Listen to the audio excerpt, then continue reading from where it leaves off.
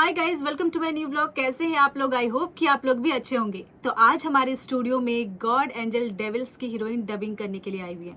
तो मैंने सोचा कि मैं आपकी उनसे मुलाकात करवा देती हूँ। तो चलिए मैं आपकी उनसे मुलाकात करवाती हूँ। Hi guys, welcome to my new vlog. कैसे हैं आप लोग? आई होप कि आप लोग भी अच्छे होंगे। तो आज हमारे स्टूडियो में डबिंग करने के लिए आई हुई है गार्ड मूवी की हीरोइन, और जिनका नाम है कार्तिका पी कुमार। तो चलिए मैं आपकी उनसे मुलाकात करवाती हूँ। तो ये है कार्तिका जी। हाय कार्तिका। हाय। कार्तिका जी, एक बात बताइए, ये जो मूवी है गार्ड, इसका फुल फॉर्म या क्या है, इसका मीनिंग क्या है गार्ड का? गॉड का मतलब है गॉड, एंजल एंड डेविल। तो Okay. इनका फर्स्ट लेटर मिला के हमने गार्ड करके रखा है। तो कार्तिका, सबसे पहले आप अपने बारे में कुछ बताइए। मैं एक्टिंग के साथ साथ एक लॉयर भी हूँ और मेरा एक अपना एक इवेंट मैनेजमेंट कंपनी है जो Okay. फैशन रिलेटेड शोज करता है, एडवर्टाइजमेंट कंपनी और सब मिला के एक छोटा सा कंपनी मैंने अभी स्टार्टअप किया है। 1 साल ही हुआ है कंपनी स्टार्ट करके। ओके। उसके साथ साथ मैं थोड़ा डांसिंग वगैरह वगैरह वो शौक है मेरा। वो बस। शौक है। बस। तो इस ये जैसे कि आपने स्टार्ट की, ये मूवी आपकी पहली मूवी है या फिर इससे पहले भी कोई मूवी किया हुआ है आपने? एज एन मूवी के बारे में बोलूँ तो इसके साथ साथ मैंने एक 18 आवर्स का शूट भी किया था, वो रिलीज हो गया है। वो एक बच्चों का कहानी, एक school based women oriented movie है। वो भी एक मलयालम मूवी। ओके। और इस मूवी के बारे में कुछ बताइए कि किस तरीके की मूवी है ये, क्या इसका थीम है?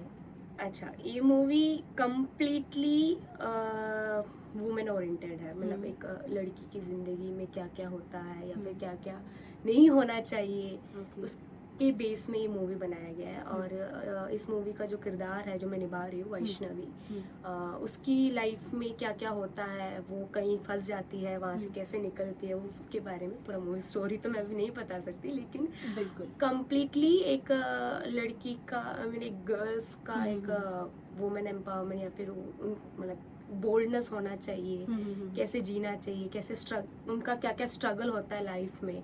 हाँ, जो मूवी है उसमें एकदम रियलिटी जैसा लगता है। मतलब हर एक लड़की की जिंदगी में ऐसा एक सिचुएशन आएगा ही आएगा।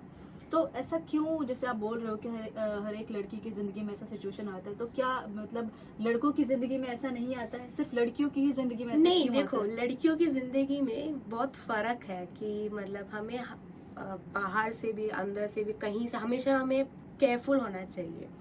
तो किस तरह से हमें केयरफुल होना चाहिए, कहाँ कहाँ केयरफुल होना चाहिए, वो इस मूवी में दिखाते हैं अच्छी तरह से। नहीं, मतलब आपके कहने का मतलब है कि हम ज्यादा खुद को प्रोटेक्ट करके चले। हाँ जी, हाँ जी। तो हम, एक होता है कि अगर आप वुमेन एम्पावरमेंट पे काम कर रही हैं तो हम खुद को प्रोटेक्ट करके चले। प्रोटेक्ट मतलब अगर हम किसी सिचुएशन में फंस जाए तो हम वहां से कैसे निकलेंगे। अच्छा। कई लड़के होते हैं ना, वो फंस जाते हैं तो फिर अपनी जिंदगी, हाँ यही है Stop हमारी कर देती जिंदगी हैं। करके उसमें आप एडजस्ट करके चले जाते हैं। नहीं, हमें वहां से निकलना है, आगे का आगे फ्यूचर का, बनाना हाँ, है, आगे का डिसाइड फ्यूचर करना है, करना उसमें स्टक नहीं रहना है। हाँ, ओके। और सेल्फ रियलाइजेशन। बिल्कुल बिल्कुल। कार्तिका जी, एक बहुत अच्छी चीज मैंने आपकी नोटिस की कि आपकी हिंदी बहुत अच्छी है। तो वो कैसे? मेरे पापा मिलिट्री में है बेसिकली, Okay. रिटायर हो गया अभी। तो हम्म। पापा, मैं बॉर्न अभी केरला में थी, लेकिन केरला में हुई हूँ, लेकिन ब्रॉटअप मेरे पापा के साथ नॉर्थ में हुआ है। लाइक दिल्ली, कलकत्ता, पापा जहाँ जहाँ ट्रांसफर होके गए, मैं, मम्मी, मेरे पूरी फैमिली सब उनके साथ शिफ्ट होते गए। तो I know a bit of languages like Bengali, ऐसे ऐसे। ओके, तो आप बंगाली भी जानते थोड़ी बहुत? बंगाली अभी तो बहुत साल हो गया है, लेकिन सुनने से समझ सकती हूँ, लेकिन वापस बोलना थोड़ा मुश्किल होगा। अच्छा। एक और चीज, जैसे आप मुंबई आई, तो मुंबई पहली बार कब आई और मुंबई की क्या चीज आपको बहुत पसंद है? जैसे कि मैंने कहा कि मैं पापा के साथ बहुत नॉर्थ घूमी हूँ, लेकिन मुंबई यहाँ पे फिल्म के लिए पहली बार आई थी। मुंबई मुझे आना, मतलब वो होता है ना, लिस्ट होता है ना, विश लिस्ट, उसमें से एक लिस्ट था मुंबई में आना है। तो मैंने सुना है कि एक आदमी अगर कोई मुंबई में आता है तो उसको वापस जाने का दिल नहीं करता। सेम मेरे साथ भी यही हो रहा है। मुझे मुंबई बहुत पसंद है। यहाँ का क्लाइमेट, वेदर सब बहुत अच्छा लग रहा है। और यहाँ की जो स्पीड ऑफ लाइफ है, मतलब रात को अगर 1 बजे भी जाओ तो सब मतलब लगता नहीं कि चलता 1 फिरता बजे, पूरा चलता फिरता है। हमारे गांव पे ट्रिवांड्रम में, केरला में जहाँ से मैं हूँ, वहाँ पे 10 बजे के बाद कोई घर से बाहर ही नहीं निकलता, बाहर नहीं निकलता। yes. बिल्कुल सुनसान होता है वहाँ पे। लेकिन यहाँ पे मतलब बहुत कुछ करने का वो जोश दिखता है। हम जोश यहाँ पे दिखता आने के बाद हमें लगता है कि हमें कुछ करना है, हम्म। हमें ऐसे घर पे बैठे नहीं रह सकते। और मतलब लगता है कि यार मुंबई में आप बहुत, जैसे भी बोलते हैं कि आप 2 बजे रात में भी लड़कियां निकलती, 3 बजे भी निकलती, बहुत प्रोटेक्टिव बहुत प्रोटेक्टिव है। मैंने बहुत देखा है कि यहाँ पे लोग ज्यादा फॉरवर्ड है बाकी जगह से ज्यादा। यहाँ पे लोग, यहाँ पे लड़कियां हो लड़के हो, सब लोग काम करते हैं और खुद के पैरों में खड़े रहना चाहते हैं। तो मुझे वो डर नहीं लगता, डर नहीं लगता, और बोल्डनेस ज्यादा है यहाँ पे। हमारे वहाँ पे इतना बोल्डनेस नहीं है जहाँ। अच्छा, एक और चीज कि ये जो मूवी है आपको कैसे मिली? ये मूवी एक्चुअली मेरे पापा के फ्रेंड है, इस मूवी के प्रोड्यूसर योगेश जी। सर में एक दिन मेरे घर आए थे, तो ऐसे बोल रहे थे मैं एक मूवी प्रोड्यूस कर रहा हूँ। तो मेरा वो अंदर को कीड़ा होता है ना कि हाँ मैं मुझे करना है। तो मैंने बोला कि अंकल मैं ऐसे शॉर्ट फिल्म सब कर रही हूँ, तो मुझे मूवी ट्राई करना। उस टाइम पे 18 आवर्स नहीं मिला था बेसिकली। तो सर ने बोला चलो, फिर सर ने स्टोरी लाइन सुनाया, तो मुझे बहुत अच्छा लगा कि मेरा पहला movie related to women oriented, मेरा कैरेक्टर जैसा एक मूवी है, तो मुझे करना ही करना है। तो सर ने फिर डायरेक्टर सर अमीर सर से हम इंट्रोड्यूस करवाया। फिर 2-4 ऑडिशन जैसा हुआ, तो सेलेक्ट हो गई फिर। ओके, तो जैसे मूवी में मतलब परेशानी, जैसे लैंग्वेज तो चलो आपकी है तो इसमें कोई प्रॉब्लम नहीं हुई, मूवी में कुछ नहीं सीन या लैंग्वेज में प्रॉब्लम हुई। जैसे मैं पली बड़ी बाहर थी, तो मुझे मलयालम में थोड़ा प्रॉब्लम हुआ। अच्छा, लेकिन चल ठीक ठाक, मतलब सर ने बहुत हेल्प किया। प्रोड्यूसर सर ने भी, योगेश सर ने भी, अमित सर ने भी हेल्प किया। तो चल, तो जैसे आपने मूवी पूरी शूट खत्म हो चुका है, अभी डबिंग चल रही है, क्या होता है कि जब आप शूट करते हो तो उस समय जो चल रहा होता है वो, और जब मूवी शूट होने के बाद पूरी चीजें कंप्लीट हो जाती है, तो क्या लगता है कि मतलब वुमेन एम्पावरमेंट पे है तो कितनी चलेगी मूवी, और मतलब क्या लगता है? देखो आजकल वैसे कॉमर्शियल मूवीज ज्यादा लोग देखते हैं, लेकिन मैं ये बोलती हूँ कि कॉमर्शियल मूवीज से ज्यादा सब लोग ऐसे मूवी को देखो जिससे कुछ प्रेरणा मिले, कुछ मोटिवेशनल मिले। बिल्कुल बिल्कुल। मतलब लोगों को दिखने से लगता है हाँ ये मूवी है, मतलब कुछ ना कुछ सीख मिलना चाहिए। हम कुछ भी देखते, कुछ भी पढ़ते, तो हमें उससे कुछ सीख मिलना चाहिए। ऐसे एंटरटेनमेंट के फैक्ट से भी देखो तो ये दोनों होते हैं। और इसमें तो मैं ये नहीं बोली कि लड़के मत देखो, सिर्फ लड़कियां ही देखो, लड़कों भी देखो कि उनकी बहन, उनकी माँ, सबको मतलब है ना कि हमें ऐसे बिहेव करना चाहिए हम लड़कियों के साथ, या फिर ऐसा सिचुएशन है लड़कियों की जिंदगी में, उसको कैसे हैंडल करे, कैसे उनको हेल्प करे। तो और सबसे बड़ी बात मैं ये बोलती हूँ लड़कों को बोलती हूँ कि आप लोग की जरूरत नहीं है हमें, आप हमें छोड़ दो, जैसे है हम अपने आप को संभाल लेंगे। आपको हमें वो क्या हो ना प्रोटेक्शन, आप उनको हमें प्रोटेक्ट करना है, ऐसा कुछ मत सोचो, हम प्रोटेक्ट कर लेंगे, बस आप हमें छोड़ दो। कहने का मतलब ये कि हम मतलब लड़कों से बढ़कर अपने आप को प्रोटेक्ट कर सकते हैं, किसी की जरूरत नहीं है। मतलब ये जज्बा सब लड़कियों में होना चाहिए। और ये मूवी देखने से वो सबको पता चल होता है ना कि हम कहीं फंस जाएंगे, तो हमें एक मूवी में हमेशा दिखाते हैं कि हीरोइन फंस गई, हीरो आया और बचा लिया। लेकिन एक्चुअली हीरोइन अपने आप को बचा सकती है, अगर हीरो उसको इतना पैम्पर दिखलाया जाता है कि हाँ बेचारी हीरो ही बचाएगा। लेकिन मेरा मानना ये है कि नहीं, हीरो की जरूरत नहीं है, हम खुद अपने लाइफ के हीरो हो सकते हैं अगर हम कोशिश करें तो। ये बहुत बड़ी बात है कि मतलब जैसे आपने बोला कि आपको किसी की जरूरत नहीं, जैसे कि लड़के सोचते हैं कि हम ही सिर्फ सब कुछ कर सकते हैं, तो ऐसा नहीं है। लड़कियां भी मतलब बहुत कुछ कर सकती हैं। आज के जमाने में तो बहुत कुछ कर सकती है लड़कियां। और एक और चीज है, जैसे कि इस इंडस्ट्री के बारे में लोग बहुत ज्यादा, जो माँ बाप हैं जो हमारे घर वाले, बहुत ओवर प्रोटेक्टिव है इस इंडस्ट्री को लेकर। तो ऐसा क्यों है, कि क्या लगता है कि ऐसा क्यों है? जैसे बहुत सारे जो यंगस्टर है जो इस इंडस्ट्री में आना चाहते हैं, जो मुंबई आना चाहते हैं, तो वो मतलब माँ बाप एक पल के लिए सोचते हैं कि यार ये इंडस्ट्री मतलब अच्छी नहीं है, प्रोटेक्टिव नहीं। तो इस बारे में क्या कहना है? मैं उस बात पे बहुत लकी हूँ, क्योंकि मेरे मम्मी पापा दोनों कभी भी मुझे ये नहीं बोला कि तू ये पढ़, तू वो कर, तू जॉब कर। मम्मी ने हमेशा मुझे ऐसे खुला छोड़ा है कि जो करना चाहती तू कर, बस सही रास्ते में जा, हमेशा सही रास्ता अपना, सही रास्ते में। तू तेरे को जॉब करना तो कर, तेरे को मूवी में जाना तो जा। आज तक घर में किसी ने मेरे को नहीं बोला है कि तू, हाँ अब तेरा पढ़ना हो गया, तूने LLB कर लिया, लॉ कर लिया, अब तू प्रैक्टिस कर, कभी नहीं बोला है मम्मी ने। मेरे को लॉ करना था, मैंने कर लिया, लेकिन मुझे अभी लॉ के फील्ड में नहीं जाना, मुझे एक्टिंग करना है तो मुझे करना है। उसके साथ साथ मैंने अपना बिजनेस भी स्टार्ट किया। बिल्कुल। तो उस बात पे मैं बहुत लकी हूँ। लेकिन है, हाँ आपने जो बोला, इंडस्ट्री में बहुत सारे ड्रॉबैक्स हैं, बहुत सारे लोग ऐसे भी हैं। लेकिन मैं क्या बोल रही हूँ, अगर हमने एक बार ठान लिया कि हमें करना है और सही रास्ते में ही जाके करना है, तो कोई, जैसे मैंने बोला कि वैष्णवी जैसा कैरेक्टर, हमें कोई कुछ कर नहीं सकता। अगर हमने ठान लिया है, हम बोल्ड है, तो कुछ नहीं हो सकता फिर हमारे साथ। जैसे बहुत सारे लोग ऐसा सोचते हैं कि मैं ये बोलना चाहती हूँ कि देखो, अपने माँ बाप से अलग मत रहो। वो केयरिंग होते हैं, लेकिन उनको समझाओ कि नहीं पापा, नहीं मम्मी, कुछ भी हो, मैं उस रास्ते में नहीं जाऊंगी, मैं अपना काम करूंगी, अगर नहीं मिला तो नहीं मिला। एग्जैक्टली नहीं मिला तो नहीं मिला। लेकिन क्या होता है ना कि माँ बाप का एक डर रहता है इस इंडस्ट्री से रिलेटेड। इंडस्ट्री, देखो वो ऐसा डर है। और लेकिन मैं क्या बोल रही हूँ कि ये जो डर है वो हर फील्ड में है, लेकिन एक्सपोज नहीं होता। ये हमारा बहुत कलरफुल लाइफ है, इसलिए वो एक्सपोजल होता है। लेकिन हम अगर देखा जाए तो हमें लॉ सेक्शन में भी, LLB फील्ड में भी, एडवोकेट फील्ड में भी ये सब है। वहाँ पे भी बहुत सारे मेरे फ्रेंड्स सब लोग मेरे को कहानियां बोलते हैं, तो लेकिन वो एक्सपोजर्स नहीं होते, क्योंकि वहाँ पे कैमराज नहीं है, लाइट नहीं, वो कुछ नहीं है। यहाँ पे क्या होता है कि सबको दिखता है कि क्या लाइफ है अंदर, क्या लाइफ चल रहा है, तो दिखता है। तो अगर डरना है तो हर जगह से डरना है। अगर हम कहीं पे भी जाए, अगर आप इंजीनियर्स को देख लो, IT फील्ड में भी देख लो, वहाँ पे भी एक टॉप के रैंक पे देखो तो सारे लड़के होंगे, लड़कियां नहीं होंगे।